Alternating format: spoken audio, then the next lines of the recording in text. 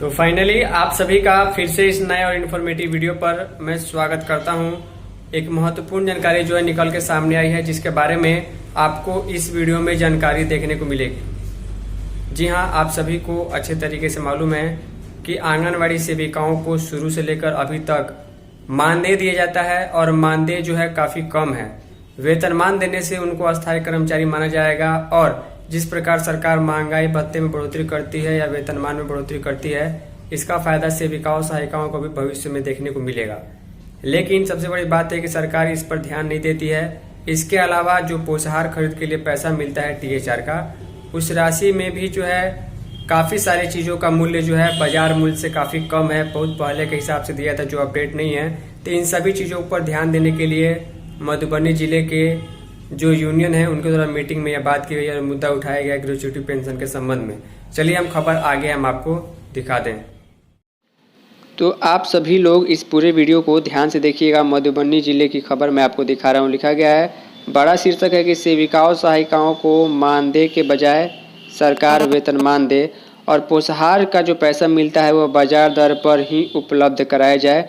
यानी कि बाजार में जिस रेट पर सामान चावल तो खैर अभी विभाग से डायरेक्ट मिल जाता है, दाल हो, मसाला हो, तेल हो, मूंगफली हो, अंडा हो, बाजार में जो रेट चल रहा है उस हिसाब से उपलब्ध कराया जाए और मानदेय के बजाय वेतनमान लागू किया जाए।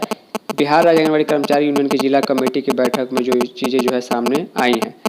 लिखा गया, सोमवार को बिहार राज्य आंगनबाड़ी कर्मचारी यूनियन मधुबनी जिला कमेटी की बैठक जिला अध्यक्ष की अध्यक्षता में एटा कार्यालय मधुबनी में की गई, जिसमें सर्वसम्मति से फैसला लिया गया कि इस महीने में सदस्यता के आधार पर बाकी बचे सभी परियोजनाओं का सम्मेलन कर लेना है, ताकि जनवरी 2026 में तिथि निर्धारित कर जिला सम्मेलन के बाद राज्य सम्मेलन में बढ़ चढ़कर भाग लिया जा सके।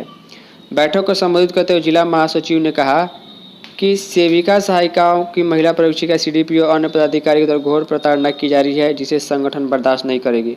एक तो बाजार मूल्य से कम कीमत पर पोषाहार की राशि दी जा रही है, ऊपर से पोषाहार की राशि भी कम कर दी गई है, जिसके कारण भ्रष्टाचार चरम पर पहुंच गया है।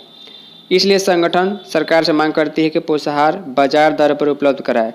सुप्रीम कोर्ट के निर्देश के मुताबिक सेविकाओं सहायिकाओं को ग्रेच्युटी भी दिया जाए। श्रम कानून के अनुरूप सेविका सहायिका को मानदेय के बजाय वेतनमान मिलना चाहिए। यदि भारत सरकार सेविका सहायिका के प्रति सहानुभूतिपूर्वक विचार नहीं करती है तो बिहार राज्य सम्मेलन के बाद देश भर की सेविका सहायिकाएं गोलबंद होकर केंद्र सरकार के खिलाफ आंदोलन करने के लिए बाध्य होंगी।